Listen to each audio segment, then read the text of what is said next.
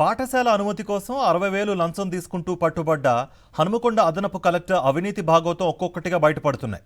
వెంకట్రెడ్డి ఇండ్లు, అతని బంధువుల నివాసాల్లో అవినీతి నిరోధక శాఖ అధికారులు సోదాలు కొనసాగుతున్నాయి. తవ్వే కొద్దీ వెంకట్రెడ్డి కూడబెట్టిన అక్రమ ఆస్తులు వెలుగులోకి వస్తున్నాయని అధికారులు వెల్లడించారు. ఇప్పటి వరకు సీజ్ చేసిన ఆస్తుల విలువ 100 కోట్లకు పైగానే ఉంటుందని అంచనా వేస్తున్నారు.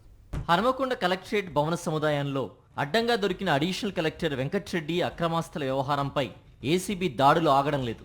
వెంకట్రెడ్డితో పాటుగా మరో ఇద్దరిని అరెస్ట్ చేసి ఏసీబీ కోర్టులో హాజరుపరిచి ఖమ్మం జైలుకు తరలించారు. ఇంతటితో కథ ముగిసిందని భావిస్తున్న సమయంలో బుధవారం రంగారెడ్డి, మిర్యాలగూడ జిల్లాల్లో మళ్లీ ఏసీబీ సోదాలు నిర్వహించడం కలకలంగా మారింది. వెంకట్రెడ్డి ఇల్లుతో పాటు బంధువుల ఇళ్లలో అవినీతి నిరోధక శాఖ అధికారులు భారీగా అక్రమ ఆస్తులను గుర్తించారు. స్థిర, చర ఆస్తులతో కలిపి దాదాపుగా 7.6 కోట్ల ఆస్తులను సీజ్ చేశారు. ఈ మేరకు అధికారులు ఆ వివరాలు మీడియాకు వెల్లడించారు. ఆదాయానికి మించిన ఆస్తులున్నాయనే ఆరోపణలతో పలుచోట్ల బుధవారం ఏసీబీ అధికారులు సోదాలు నిర్వహించారు.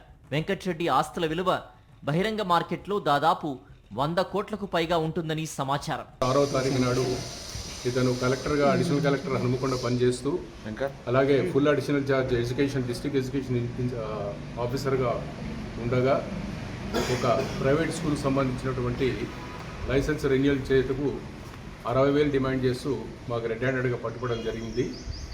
అదే క్రమంలో అప్పుడు అతన్ని విచారించినప్పుడు కొన్ని అక్రమాస్తులు కలిగినట్టుగా మా నోటీస్కి రావడం జరిగింది. సివిల్ సప్లైస్ విభాగంలో జరిగిన భారీ అక్రమాలే ఈ దాడులకు కారణంగా తెలుస్తోంది. అన్నీ తానా వ్యవహరించిన ఓ కింది స్థాయి ఉద్యోగిని అప్రూవర్గా మారినట్టు సమాచారం. అడిషనల్ కలెక్టర్ తాను పనిచేసిన ప్రాంతాల్లో ఉద్యోగం చేసిన సదరు ఉద్యోగిని తాను హనుమకొండకొచ్చాకే తీసుకొచ్చినట్టు తెలుస్తోంది. సదరు ఉద్యోగిని వెంకట్రెడ్డిపై ఏసీబీ కేసు అయ్యాక హనుమకొండ నుంచి బదిలీ చేశారు.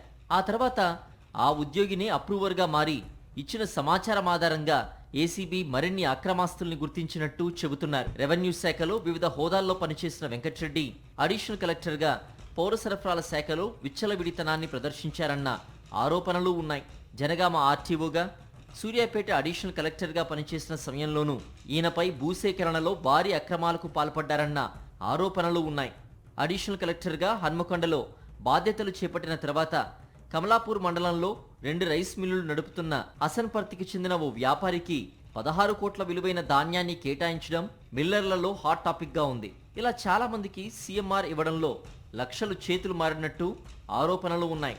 ఇప్పటి వరకు ఎల్బీ నగర్, మిర్యాలగూడ, అలాగే హనుమకొండ జిల్లా చైతన్యపురిలోని వెంకట్రెడ్డి, అతని బంధువుల ఇళ్లలో సోదాలు నిర్వహించినట్టు తెలుస్తోంది. అక్రమాస్తులపై కూపీలాగిన అనంతరం వివరాలు వెల్లడిస్తామని అధికారులు పేర్కొన్నారు.